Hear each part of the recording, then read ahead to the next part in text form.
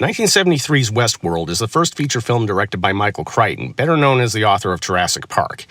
At this time, he was fresh off of the Andromeda Strain, as well as directing the TV movie Pursuit, which he adapted from his novel Binary. He had recently visited Disneyland and was blown away by the animatronics at Pirates of the Caribbean.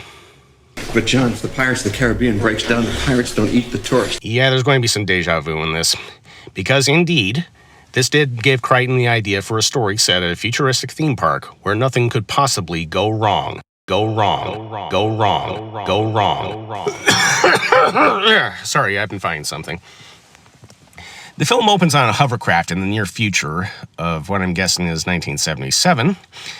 Two buddies, played by Richard Benjamin and James Brolin, are on their way to Delos, the most advanced theme park in the world. By the way, in today's dollars, it costs about $6,500 a day to go there. Do your own jokes about Disney World. Delos is made up of 3 themed areas based on ancient Rome, the Middle Ages, and the Wild West, where guests stay and live a fantasy version of daily adventures. The other quirk is that basically everyone there who serves or battles you in any way is a lifelike robot. That includes Yulbrenner's gunslinger character, who starts off as basically a spoof of his character from The Magnificent Seven. That also includes the various ladies of the night, which has some bothersome connotations when you realize that these are basically slaves who have to sleep with the guests on demand.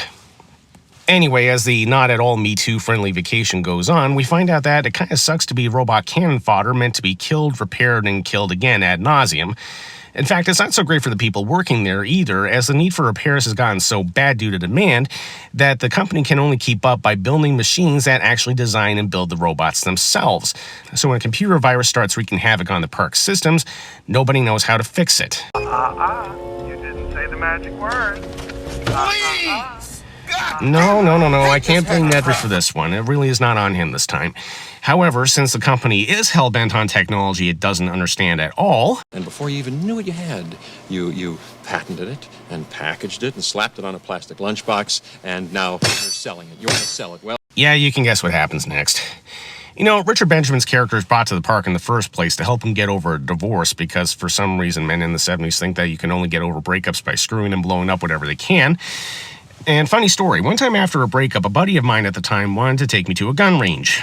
This movie pretty much proves I was right to say no. I know I've beaten up the Jurassic Park comparisons to this, but looking back on it, it really is impossible to ignore the similarities.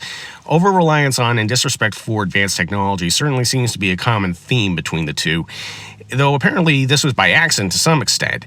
Michael Crichton is quoted in interviews as saying that in Westworld he was actually satirizing corporate greed.